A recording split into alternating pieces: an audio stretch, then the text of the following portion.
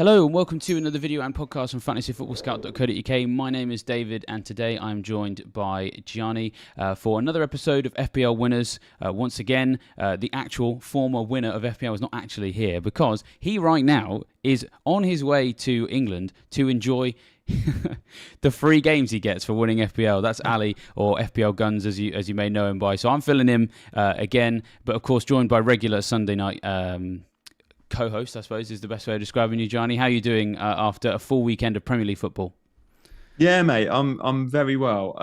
Terrible day in FPL for me, but look, you have those days, and I don't want to get too beaten up about it. Like, it's still so close. I didn't actually know my overall rank, David. I knew I was on a red arrow until I've just loaded the YouTube screen and I can see it on screen. Look, I was definitely gonna see it at some point tonight, tomorrow, Tuesday, Wednesday, Thursday, Friday. That's the harm of creating content. If you don't want to see your rank, you can't really help it because people will ask you and it will be on screen. But yeah, I think I started the game week around 500k, and yeah, 854 off the back of the City conceding didn't help, but yeah, in fact, City conceding really cost me. I had Guardiola. The Gabriel spot, David, has caused me all sorts of problems. And whilst many by game week 3 were over the Gabriel spot because they had Gusto or they had Udogie come in, well, I went Guardiola and got the late clean sheet wipeout, which not only meant 6 points, in fact, he was close to bonus. It probably would have been a 7, maybe an 8, down to 2. It also meant that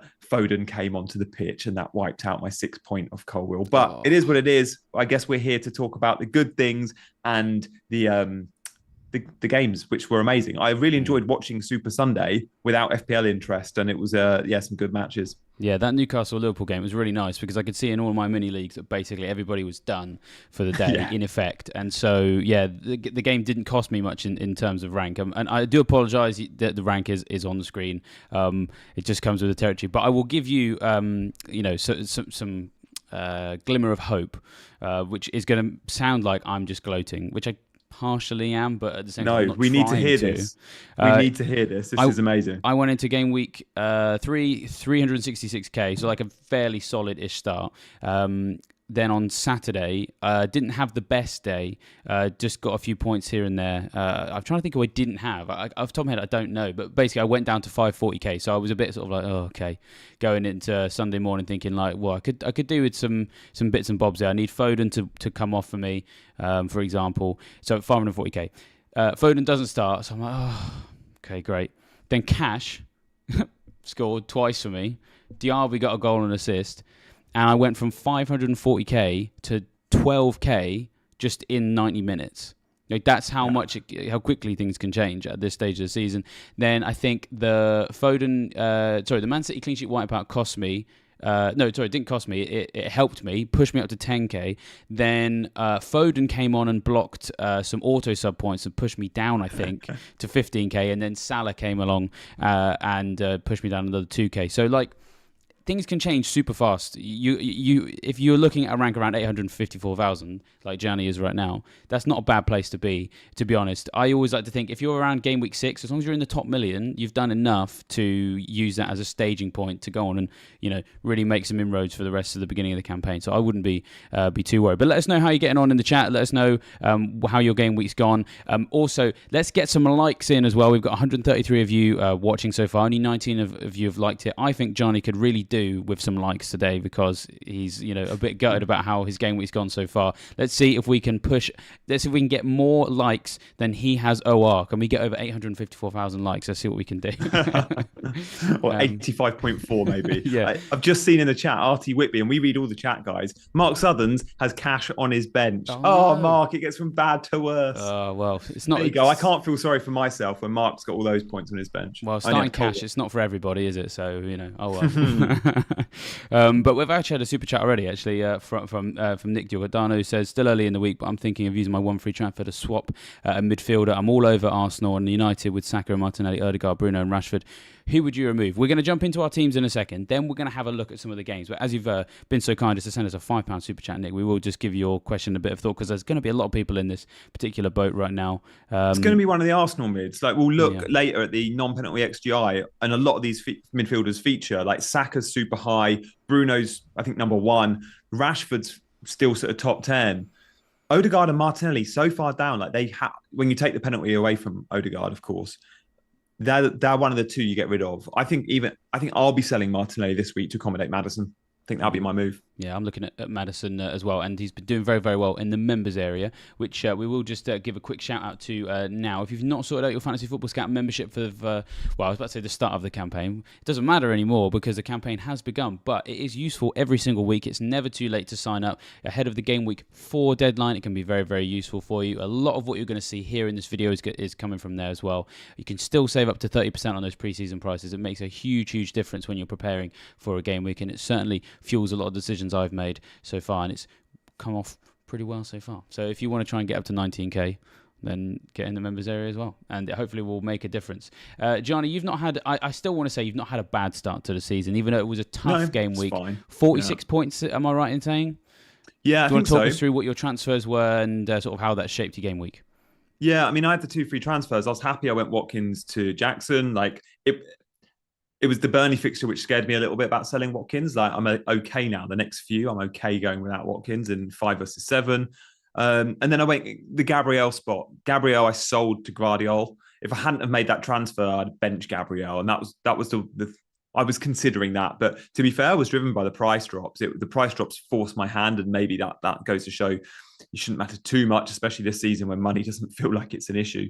So Guardiola comes in. I think that City will keep a ton of clean sheets. They're the best defence in the league. I want that cover. And against Sheffield United, I don't know the XG off the top of my head, but I mean, Sheffield United didn't look like they were going to have a sniff. I think I saw a graphic maybe 60 minutes in. They hadn't had a single shot all game. But yeah, that happens. And then obviously that's all the Foden coming on. So that's fine. I do think I'll sell Martinelli. I haven't seen enough from Arsenal's attack to justify having the double up in midfield. And their XG and their creation wasn't bad against Fulham, as it should have been. Fulham's defence is poor, but we haven't seen that attack click yet, and I'm okay. I know Jesus is likely to be back soon, and that's better for Martinelli, but I really want to jump on Maddison. So I think that'll be my transfer, and we'll look at some of Maddison's numbers later. Yeah, Maddison certainly looks very, very good, and he's who I'm considering actually getting for my team. I'll just stick mine up on the screen. As I said, really sorry everybody out there. 70 points for me. I had the That's 2 free transfers. I only wanted to spend one of them because I just felt like I wanted an extra week before I did the big reshuffle. And to be fair, if I'd have gone for Jackson, which I could have done, I would have gained myself 6 points over Pedro. I thought Pedro was going to start. I was wrong on that count, but that's fine. I now have confirmation that Pedro's got to go, and that's fine. Gabriel's kind of the same thing, really. Rashford was only ever going to be, sort of one more chance, and thankfully, my view was I'll get something out of him, but whatever he does, he's gone. And so, thank you, Rashford, for 7 points in your final game for me. So yeah, 4 points for Flecken as well. So he's already doing his job in the sense that he's getting bonus and saves, etc., even when he's not keeping clean sheets, which is what Brentford goalkeepers did last year. So thank you for carrying that on.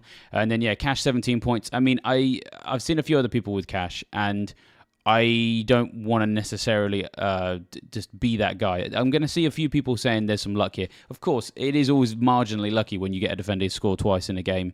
But the thing is, what I've seen from him at the start of the season has been really, really good. I feel like being invested in the Villa defence was something that's something I wanted to do from minute one. I've had a Villa defender in my team literally since the game launched. It was going to be part of a rotation. He wasn't in my starting 11 in game week 1. He then came in game week 2 and 3. What I'd seen of him in those games, I felt there was a haul coming. So I think everyone's sleeping on Villa defence, to be honest, probably because of that Newcastle game. I think today shows that there's a lot of options there. So yeah, 17 points, very happy with that. Stupinan Chilwell, kind of everyone's got those now. Rashford, I think, is going to go for Maddison. And Burmo, it's an easy hold. Diaby, again, an easy hold because he's still a bit of a differential and looking tidy. We're going to talk about Foden probably in a bit, but 4 points from Foden I'm not unhappy with. Would have liked more. As I've said before, it's cost me 7 points. If he didn't come on, that's 11 points from Anderson from the bench. So, first world problems abound in my team. Saka, again, is an easy hold. So, I'm in a fairly decent position. 2 free transfers for game week 4. I probably will use all of them and a -4 to probably do Gabriel to maybe a Newcastle defender so that they're tucked away in the corner, ready for game week 6. Nice. Rashford to Maddison, Pedro to Jackson. Seems kind of easy. Yeah, like that. You're in a good place, mate, and you're still going to be left with tons of money in the bank. That was the beauty of your downgrade for Salah, and obviously in price, you're also going to be downgraded Rashford. So a lot of money Yeah. there, which is pretty cool. Guys, let's have a look at some of the.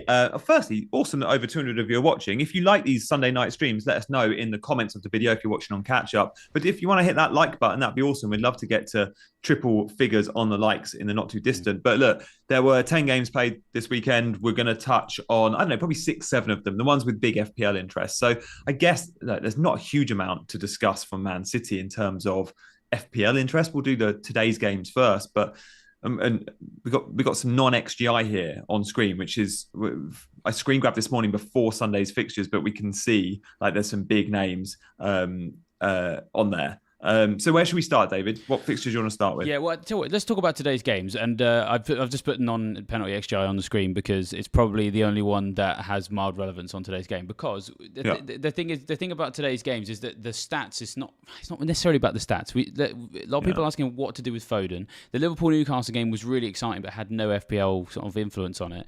I think this is we should just say this is the thing when we covered the Sunday games. It's like it's hard for us to go through all that data because it's kind of only just dropped in many ways. So why don't we start with Foden as a talking point, because we've had loads of people asking about it. What do we do with him? I personally think it's an easy one. Fine. Yeah. You're fine if you're on Foden. Like Foden, I think wasn't well. Like he travelled separately. We know that, which makes me think he's had like I think he missed the last training session as well. And I think Akanji's been ill. I think before that was Bernardo Silva ill. I think there's probably been a little bit of flu going around the City camp. Like Foden only came on today because they needed him in the last 5-10 minutes because Sheffield United scored. Like ideally he wasn't going to feature because he wasn't well. He was man of the match against Newcastle. Pep wants to play him centrally. They've got Fulham at home next week. That's up there with the best fixtures on paper. I know Fulham at times were good against Arsenal, but look at the numbers of chances. We'll see in a minute how many Arsenal created. You keep Foden and you're happy with that. Elsewhere, like Haaland missing the penalty doesn't really matter. His EO, I think, was 190% of my ranks. So I didn't really care. That's the first time. And Alvarez assist as well. Yeah, that's the thing. I don't have Alvarez, and I'm not trying to be mean, but it's like, I was like, yes, that means people who have Alvarez over Foden don't get the assist, which, as I said, is mean. But when was the last time you remember being happy your actual FPL captain missing a penalty? It's a first, but I would say is for a long time, I've blocked out Haaland points as captain. I've not celebrated them. But yeah, missing a penalty is different. My final take on the Man City game, Dave, is like the defence, because it conceded again, I think will continue to be overlooked. A bit like you said with Aston Villa, and that's a fair point. That's since Emery's come in, the amount of clean sheets they've kept. So again, I like the fact that Guardiola at my ranks, I'm like 2% owned, and Man City defence in general is probably 5 or 6% owned. So I'm okay. I like that. And again, the fixtures are looking really good for Man City. But I guess the big talking point today was in the Liverpool game was no one necessarily saw Liverpool coming back to win that. If only there was a Liverpool attacking player we knew started every week that wasn't named Mo Salah and wasn't 12.5 million, we'd probably want to back that attack. I would love a Jota, a Diaz, a Darwin, or a Hakpo if someone told me they were going to start every week because they're at great price points and Liverpool is a fun attack. But I can't see us going there because Klopp rotates it so much. And then with Diaz as well, clearly expendable in situations of duress. I mean, obviously, the centre-backs aren't going to get sent off every game. But yeah, there is no clear individual winner other than, I guess, Salah, who has now returned in every game, which is not necessarily a shock to people because I think we all kind of figured he would get something.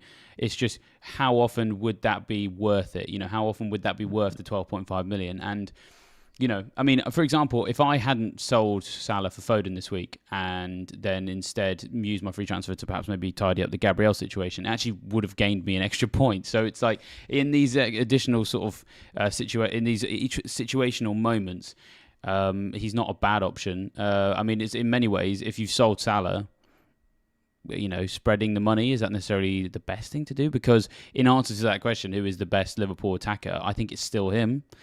When we don't talk about money, money, of course, does change it. But the fixtures do become a lot nicer at some point, and he's playing well enough to deserve consideration. So it's like, come on, guys, like where's the Mane? That's what we need. We need an alternative to Salah. Yeah, and I wonder, like now Darwin's got his 2 goals. He was given the number 9 shirt over Hakpo, by the way. pre-season, you'd think with the investment Liverpool have made on Darwin, like the plan is for him to be the number 9. He's just not been good enough to warrant the starting spot. And obviously Klopp does love Hakpo, and you think about how he might try and shoehorn him in the 11 even with Darwin, but eventually maybe not game week 4, but maybe slightly later down the line we see Darwin getting successive starts and we go, yeah, he's the man. But I want to compare him to Jackson. I tweeted this during the game. Like, players like Jackson and Darwin get a lot of stick because they sometimes make clumsy touches, or they sometimes look like they're missing a lot of big chances. But these players create chaos, and managers love them. And also, big chances fall their way, not just because they're playing in good teams and chances are created for them, but because they're the sorts of strikers that are so busy, they create their own chances as well. And Darwin and Jackson are two great examples of that the casual football fan might go, oh, they're rubbish because they can't finish, they should do better. And look, often you're right, maybe they should. But look at all the work they do off the ball. Look at the big chances they get. And I think when they get minutes, they're good FPL assets because of the big chance volume. And we've seen that so far with Jackson in the very small window we've had of 3 game weeks. And we know from last season, Darwin's big shot creation is huge. So chances fall his way. And look, I mean, let's do Chelsea and Spurs now, because 2 players that feature in the top 4 of this list are Jackson and Maddison, 2 players I want to discuss. So Jackson was the bandwagon going into the game week, I guess. And I think that's justified. Like, he got 7 points. Obviously, Sterling and Gusto outperformed him. But what we saw with Sterling, Jackson and Chelsea was good FPL options. Good FPL options when the fixtures are good. It was only Luton. Forest will be better, but it's another home game. And then it's Bournemouth up next. Like, if you don't own Jackson, I think you're moving to him in game week 4. If you're not going Sterling, I think everyone's going to want one of those 2 Chelsea attackers. And you're in that camp too, right, Dave? You're going Jackson. I think I will go Jackson. Yeah, I think. I mean, I'd already booked in a Chelsea attacker at some point. I mean, even at one point in the preseason, Sterling was in my very first draft, which he would say that. I mean, like, you can, if people want to go back, you will see my first draft does have him in there. But I think he's done very well in that game. I just think at the moment Jackson is a more viable route. Just for how my team is, and it's going to be the same for other people as well. Finding a space in midfield is going to be a lot harder than finding one up front. 100%. So I agree with that. There's that. I think the timing is, you got to go this week, to be honest. If you didn't go game week 3 because you were kind of going down the line of, I want to make a transfer with confidence, i.e. who is the attacker in Chelsea, because do I want to double up? Perhaps not yet. So game week 4, absolutely, I think is now is the time to do it, because the fixtures continue to be really, really nice. Jackson, I think, is the winner between him and Sterling. Yes, Sterling got a huge haul in this particular game week, but when you look at what the 2 players have achieved stat-wise in the first 3 games as well, I just prefer Jackson. So the 2 players, they don't really have that much. They don't have amazing chance creation. So Jackson's played 3 key passes, Sterling 4, and then each has 1 big chance created each. They're not really there to do that, but that's fine. They might come away with some fantasy assists from shots. Shots going in off the rebound, especially when you look at Jackson in terms of his actual shot persistence, very, very good. So 10 shots in the box so far. Only Visser and Edouard have more after the first 3 game weeks. 5 big chances have come his way. That's the most of any player in the Premier League. So he's leading that chart as well. Even in a world with your Salahs and your Haalands. And then shots on target, only 1 player has more shots on target than him. So his accuracy and his goal conversion rate, admittedly, is not amazing, but it's not awful either. Goal conversion right now is 9.1%, which is kind of low, but maybe he's feeling his way into the Premier League. He's got his goal now. Expecting goal involvement in total is, I think it's 2.28. That's the 5th best in the league. Remove penalties from that, his number stays the same because he's not taking any. There's only 3 players ahead of him for that particular stat. And when you look at what's on the screen right now, Sterling's not really in that same conversation. So again, just to compare the 2 players, Sterling 1.46 XGI so far, Jackson 2.28. So he should have been involved in effectively at least 1 more goal. So that for me is enough. And then you factor in the whole how you get one of these guys in your team. It's much easier for Jackson. So yeah, I massively agree with that. And look, I think there'll be a lot of love for Sterling, and look, rightly so. Like, I still think he's a good pick in his own right, but I do still prefer Jackson. The expected assists for Sterling all season, and obviously he got 1. 0.54 all season. Compare that with a midfielder like James Maddison. We'll speak about him now. 1.64 expected assist for Maddison. And when you look at his non-penalty XGI, we can see he's second to only Bruno this season. And Maddison owners have done well. Like, you're going to be happy with Maddison's points so far. What's he got? 22 points in 3 games. Not too bad at all. First goal for Spurs game week 3. But you could argue he could and should have got more. Like, he is everything about this Spurs attack. Like, Spurs, we're so used to being a team built around Harry Kane. It feels like this Spurs team is completely now built around James Maddison, and the formation works for him. Like the Postecoglou way of it's a 4-3-3, and it's a midfield 3 with, they're meant to be 2 number 8s. But what you see is you get the holder, the 1 number 6, you get a holder midfielder, and then you get Sarr as a sort of out and out 8, and Maddison an 8, but given no real 8 responsibility. I kind of call him an out and out 10 with a free role. And you look at his average position map and his heat map, he's in and around the box. He's often the closest player, or even more advanced at times than Richarlison, who's playing number 9. Like, he's on all the set pieces.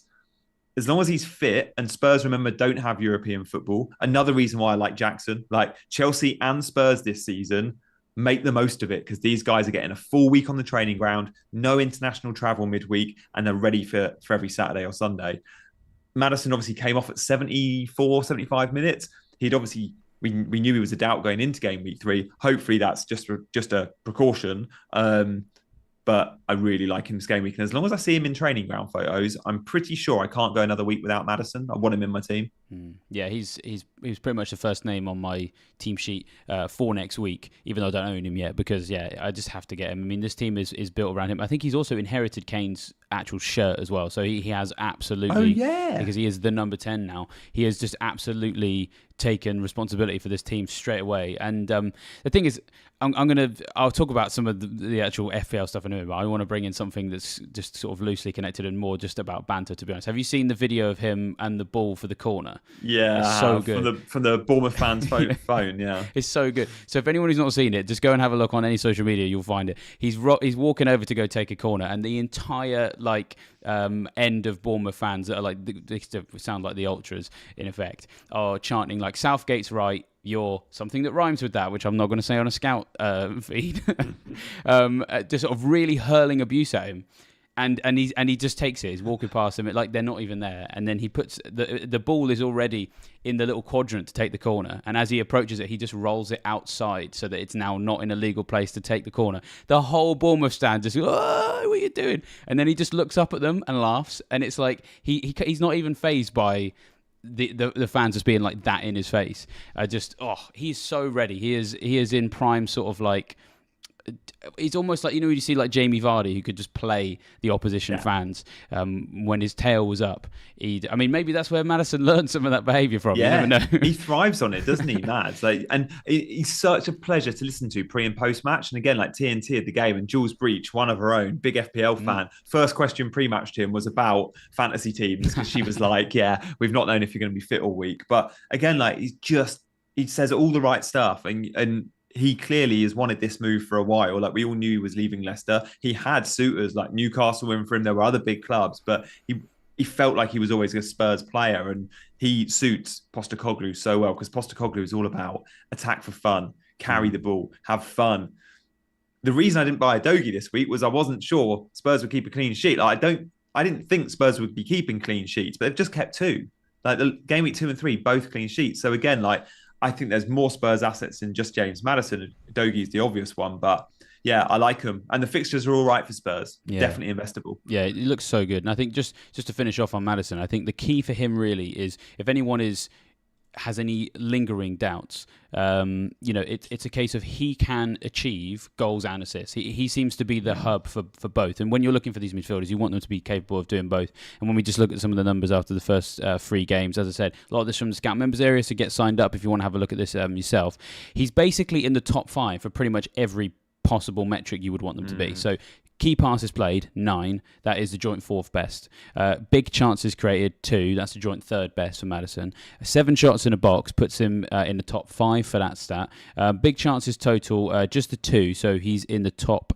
It's in the top 4, but there's like 12 players who've had more big chances than him. But that's fine. That's okay, because like his accuracy is still pretty good as well. So he's had 4 shots on target so far, which puts him in the top 3 in the Premier League. So he's in the top 3, top 4, top 5 for lots of different stats. And then, of course, just improves the possibility that he's going to get something, whether that's a goal or an assist. And, of course, what we've got on the screen right now is that, we take the penalties out of the situation. Only Fernandes has more expected goal involvement than him. And that XGI is built up not just of goal threat and not just of assist threat. It's both together. And it's looking very, very exciting. Yeah, and top of this chart on screen is Bruno. So let's get to the Man United game, because there was a lot of potential sellers this week. Some went there, some went, I'll give him one more week. I think most that said they are giving him one more week are probably now holding long term. So this is without the penalties, and obviously he's had a penalty and on penalties for United. I think we can see the average position map, because I said without Mount, I wondered with Mount if we'd see Bruno a little bit more advanced. And if you look at the average position maps from the games he played with Mason Mount, they were both a little bit deeper because they have to share the responsibility, right? When one goes, the other one sits. So Bruno at times was going more than Mount, and at times Mount was going more than Bruno. But we can see on the left-hand side, like Bruno is super high, like as high as the number 9, as high as Martial. And when he gets into those goal-scoring positions, chances fall his way. He provides them too, and he's getting the big chances. So the fixtures for him don't look amazing for United, but I don't think they have to be. I feel like this Man United team will score goals. Doesn't really matter who they're playing. Like Man United Arsenal last season was loads of fun. I think, was it 2 or 3 or something at the Emirates? There was loads of goals. But also Arsenal defence, to be honest, has been very disappointing so far, right? I mean, off the top of my head, I can't actually tell you where this game is played, if it's Old Trafford or the Emirates. But it's the Emirates, well, in which case, I think there's even more chance of United goals, because the stat that I think stood out going into game week 3 was, I'm pretty sure that going into the Fulham game, Arsenal had 4 clean sheets in the last 20 at the Emirates. And which is not to say they're a bad team there. It's just the fact that that's where they seem to just overextend themselves, which as you would as the home side, you want to force the issue in games. That has left them exposed to the extent that they're conceding goals at home. You can think the Bournemouth game last year. You think just lots of teams can go to the Emirates, and it's not that much of an achievement to get a goal there. I mean, it's certainly an achievement if you beat them, because they're by no means a bad team. But, we're being very binary on this one issue. Can Bruno Fernandes score against Arsenal? Well, this is a team that's now kept 4 clean sheets in the last 21 home games in the Premier League. And this is a player who's got the highest expected goal involvement outside of penalties in the Premier League after the first 3 games. So I agree. I think if you probably were thinking maybe with Rashford, like I was with Rashford, this is your, whatever you give me today, cheers Bruno, see you later. But now I think you hold him. I think you have to hold him. Yeah, and it's interesting because I know you're planning on selling Rashford, but you've got an amazing midfield already. Again, I'd struggle to sell Rashford this week, I think. And Rashford did score at the Emirates last year. I was there, which was an awesome game. Ali, by the way, will be at the Emirates next Sunday watching this, and that was his prize for winning FPL, so that's pretty cool. Guys, awesome to see over 450 of you watching live. If you fancy hitting that like button, then do so. Let's move to the Arsenal game, who Man United play, because they had shots aplenty against Fulham. I know the headline reads like it was a draw and Fulham were winning for ages, but when you look at even the XG for the game, when you look at Arsenal's shots and shots on target too, they are starting to get into good positions. But I think this is more Fulham being vulnerable at the back without Tim Ream. And I think before game week 3, we probably said Fulham were the worst defence in the league game week 1 and 2. Like Everton game week 1, somehow Fulham kept a clean sheet. Everton were all over them. Game week 2, they were dreadful. And game week 3 again, look at all those shots in the box for Arsenal. Like they're just not clinical enough. They're missing super big chances. And we can see the green ones are the on-target shots, like so many on-target shots in the 18-yard box. I think we can target Fulham still, and Man City have Fulham up next. And I still think Arsenal will continue to score goals. And that Arsenal United game is going to be a cracker. Yeah, I think so. Yeah, just a quick thing on the XG, actually. I'm pretty sure that in the first game of the season, Everton's XG was like over 3. Because Leno's XG prevented was like plus 3.99 or something nuts. So I think I've ever seen that in one game. So fair play to Leno. That, as you say... He did get 3 bonus points. Hard-earned ones as well. That's daddy going to work, that is. But like... The bottom line on Fulham is their defence is tremendously obliging. So we can sort of loosely connect it back to what do we do with Foden? You absolutely leave him there because City should go through Fulham like a knife through butter. But yeah, Arsenal are starting to sort of get into their groove a little bit more offensively, because in the first game of the season, there was a lot of times where they couldn't move the ball quickly enough in their midfield and unlock some of their players standing in space, like Odegaard, Saka, players like that. It does appear that they're finally starting to get a bit of rhythm in midfield, which is in transition, so it's understandable that there would be some teething problems. But yeah, I think there's going to be goals in that game, Arsenal United. There'll be people sat there with 4 midfielders from the 2 clubs, and yeah, maybe you might want to ditch one, but I wouldn't panic too much, because I think sometimes we can be a bit too spooked by the big teams facing each other, and if we just forget for 1 second who the teams are. Just scrub off the fact that it says Arsenal, scrub off the fact that it says United. Just look at Team A and Team B. How are they defending right now? Well, we got Team A, we'll call that Arsenal, 4 clean sheets in the last 21 at home. So why would you sell attackers you're about to play that team, especially when they've got good XGI so far? Then Arsenal up against United. I mean, United aren't doing very well for clean sheets. They've conceded 2 goals at home to Nottingham Forest. They should have, to be honest, been beaten by Wolves like 3-1. And of course, they've gone and lost 2-0 at Spurs. So that defence is not in a good place. Shaw is a massive loss for them. So it could be 3-3. So I wouldn't be too worried if you've got that whole spread of midfielders across those 2 clubs. Shall we rank those midfielders and see where our top 5s are? Because I'm just thinking, as you're speaking, I'm trying to rank them in my head. So I'm happy to go first because I've had a bit of prep time on this. But so if we're looking at, obviously, the 3 Arsenal, Odegaard, Martinelli, Saka, fairly highly owned between them, and then Rashford and Bruno. I still rank out of those 5, and therefore the guy I definitely won't be selling anytime soon. I still put Saka at number 1. I'd go number 2. There's not much between the 2 United lads, but I'd put United 2 and 3. So I'd go Rashford 2, Bruno 3. But again, very little to separate them, especially with Mount out of the team. Number 4, I'd probably go Odegaard because we think he'll get some of the pens, right? Maybe it's you go, I go. They're discussing it on pitch. So Odegaard actually handed Saka the ball on Saturday. And I'm going to go Martinelli 5th, which is why I think he's the easy guy to sell if you want to go for Foden, or you want to go for Maddison, or you want to go to Mbomo. So I'm going to go Martinelli 5th, but it's with a heavy heart because I think he's an amazing FPL option, and Arsenal are still producing chances. But it's a case of going, you can only have 5 midfielders, and how else do you get Maddison? I'm not willing to sell any of my other mids. I think I am Martinelli. Yeah, I would sell Martinelli if I had him alongside all of these other guys. If I had him, I wouldn't want to sell him for this week, because I think the fixture's good. My top 5 is actually very, very similar. I actually went Bruno top because I'm a big stat man. And you love pens as well, don't you? And the 90-minute penalties appeal. And the X-mins. Always fit. So the thing about Saka is I don't think he offers as much outside of penalties as people necessarily think statistically. He's a world-class player who regularly overachieves against his XGI, which is hard to predict. Whereas like Bruno, for the most part, tends to perform in line with it. So Bruno gets the edge over Saka. Saka then comes second. Then Odegaard, because, yeah, you're right, like he is kind of like a penalty taker, or a 0.5 of a penalty taker, because he may get some. Then Rashford, because I also just think that when we're talking about how these players sort of compare with each other, Bruno is being played in his best position by his manager, and then Mount being out means he's playing in his best position.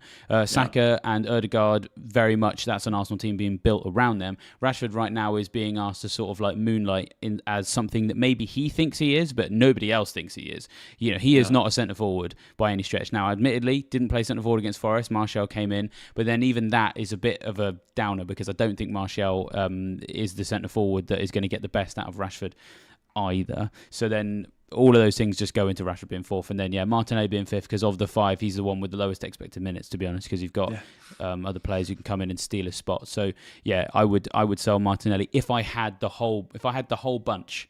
He's the one who'd go, but don't people think that means I think that this game is one to avoid. I think if your only Arsenal coverage is Martinelli, which seems unlikely, but maybe is the case with some people, I wouldn't be rushing to sell him. But of course, Maddison is. You need to get to Maddison, I think. So be aware of that when we're thinking about that issue. I really like Maddison. I'm just going to bring up Spurs' fixtures off the top of my head. Not off the top of my head. I'm going to find them because the Spurs fixtures are they're not even the best, but they're all ones where you go, yeah, they'll score in that game. They'll score in that game. So yeah, they've got coming up next week. Burnley away now looks good.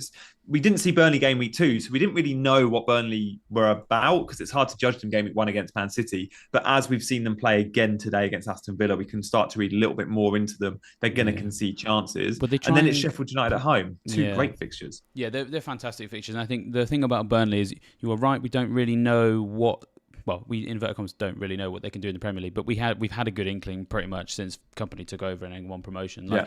This is a team that is this. If there's anyone out there who's thinking that Burnley are going to stick everyone behind the ball, then jump in your time machine and head back to 2020 because this is not their way they play. And I think if there are Burnley fans in the chat, apologies, I'm not trying to be disparaging, but they've got a lot to learn about what they're capable of achieving. How much can they afford to bite off and chew in terms of how they play this possession-based game. Because if they try and play possession-based football against the likes of Villa and Spurs, they are going to lose 3 or 4-0. And we're already seeing that happen in many ways. So I think it's a fantastic game for Spurs because Burnley have a decision to make. They know they're going up against a high-intensity, high-press attacking team. So how are they going to combat that? Are they going to try and combat that by sticking everyone behind the ball? Well, it's not really something that they're capable of doing. They have no practice doing it. They've got no experience doing it. Or do they try and go toe for toe with a high-intensity press and play Spurs at their own game? But pretty much man for man, they're a worse team. So it's at the beginning of the season, I think they need to play that style of football against Luton. They need to play it against teams like Fulham. They're sort of feeling their way in. So I just think that's a huge game for Spurs.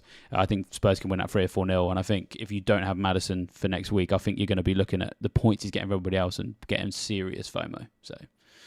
Yeah, Burnley, Sheffield United. And then, and I did see Aston Villa Bozzy in the chat say maybe have Maddison for 2 and then go to someone like Foden for 2 because Spurs play Arsenal and Liverpool. But I just feel like Maddison is someone you ride out in the tougher fixtures because Ange Postecoglou teams will have a good go against Arsenal and against Liverpool, who Liverpool defence is so vulnerable. I don't think they're bad fixtures for Maddison. And then it's Luton and Fulham. So those 6 games for Maddison are brilliant. And you make a great case for sort of stating how Burnley will play this season, and you're completely right. And I think Bournemouth are a similar team that you can put into that category. They'll have a go. They'll play nice football. Now, they'll probably win a fair few games when they're playing teams like Luton, like Everton. I don't know. They'll blow a few teams away. Wolves, maybe they'll have success against. But yeah, when they go up against the big boys, they won't change their game plan. They will still have a go, and that means they'll concede lots. I mean, Spurs against Bournemouth, I thought was going to be way tighter than it was, and I just saw Bournemouth trying to out football Spurs, who they're just not as good. They're simply just not as good.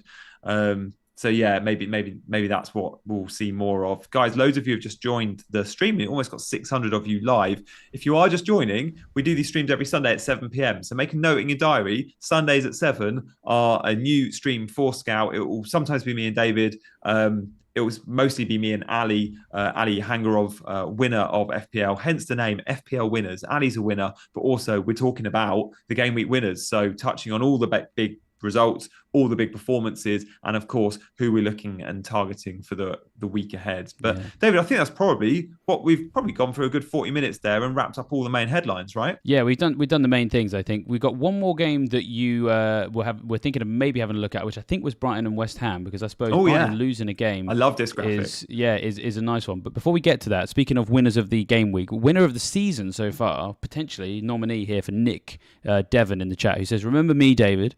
I was the guy in pre-season hyping Cash, predicting 4.5 and saying he's going to be essential this season. I was getting hammered, saying that he won't start games, and we should all get Mings instead. And then he's put hashtag buy the jersey. I might do. I've got a Brighton shirt over there, which I've been waiting for my local Sports Direct to have all of the letters in navy blue for a Stupinan, and they still don't have them in stock, and I'm very upset about that.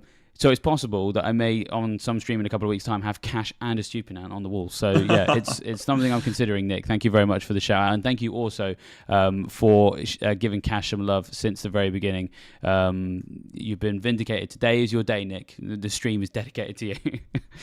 Well That is done. brilliant, Nick. Well played. And look, there were a lot, myself included, saying I think Cash will become a rotation risk. We all knew he'd start the season, but when Moreno is fit, I still wonder if he'll be vulnerable. But that doesn't matter. Moreno is not fit for a while when Cash is flying. So Mings absolutely as good well. pick. I think it's the other thing. We'll just briefly talk about Cash. The Mings situation is also one to be aware of, because the reason why there was a little bit of niggly doubt about Cash over the summer was we did see Konsa play as a right-sided.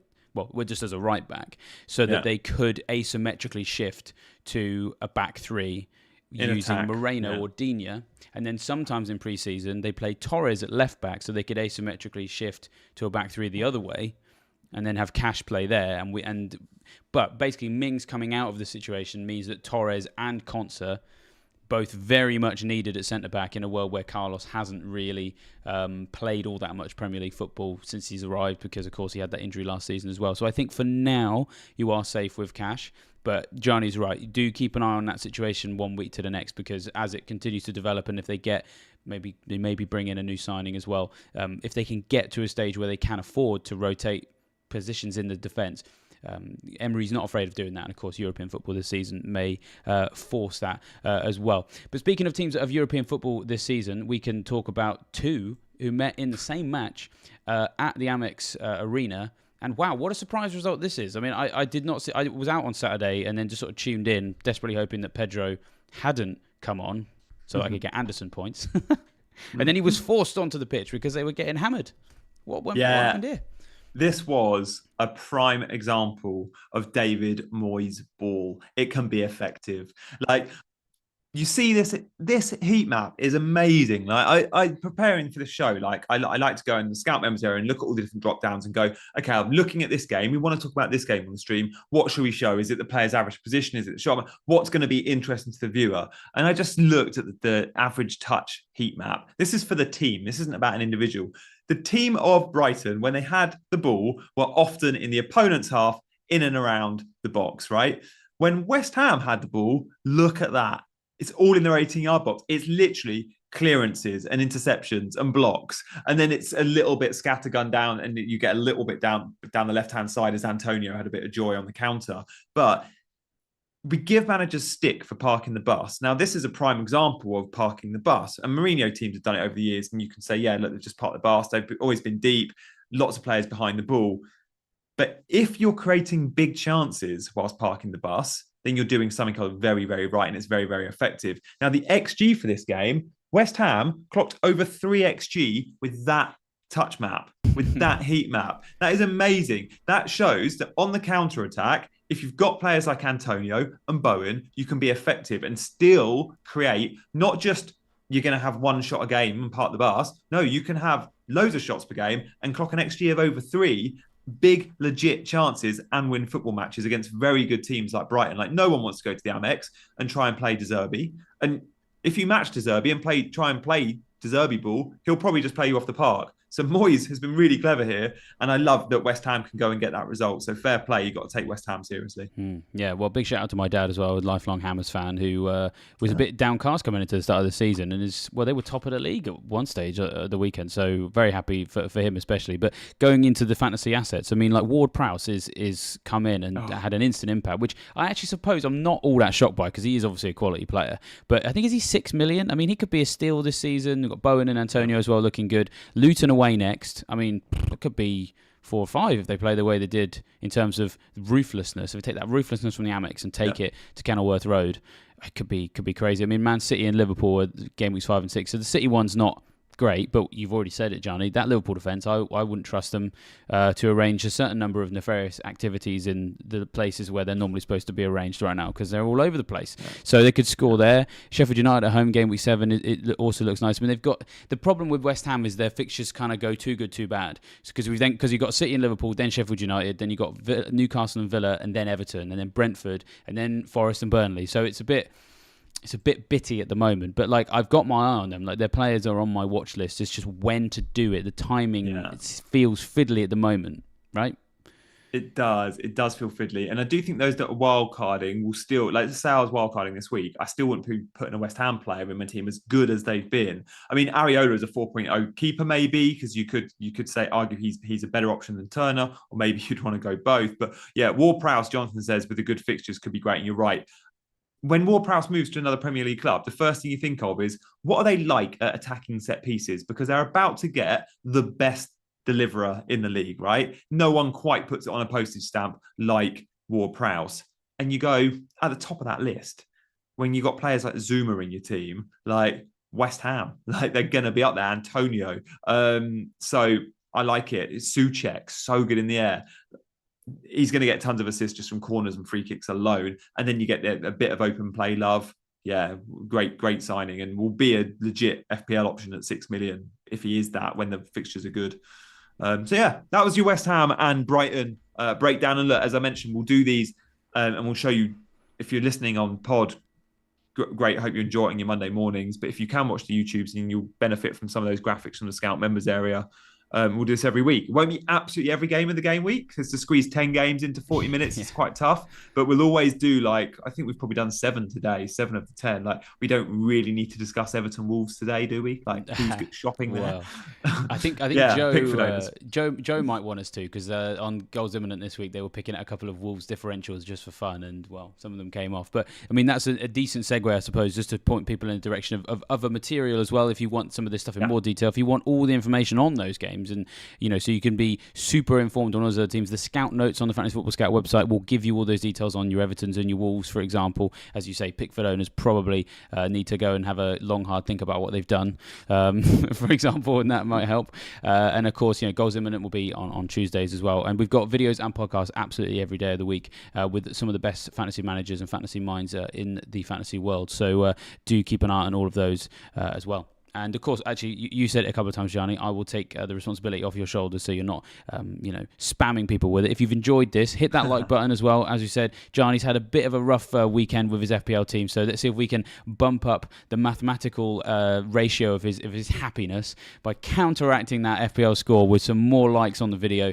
Subscribe to the channel as well, and hit that bell notification so you don't miss any of that content I've mentioned. So yeah, do show us some love. It's absolutely free, and it's a good way to support the channel. So yeah. I will Thanks, shut mate. up from appreciate that. Because I'm always happy doing the spamming bit, but if you want to go ahead, that's fine. I suspect with me and Ali, it's going to be always me. So it's nice to have a week off. But guys, thank you very much. And yeah, final thought from Dylan in the chat. My 2 favourite scouts, you've earned a presenter's badge. Thank you, mate. Appreciate that, Dylan. And David and I will be back in the not too distant. Make sure you're subscribing to Scout, and we will see you for more material on Monday, including burning questions and Scoutcast and all that jazz. But for now, he's been David, I've been Gianni, and we've both been Fantasy Football Scout. Cheers, guys. See you next week.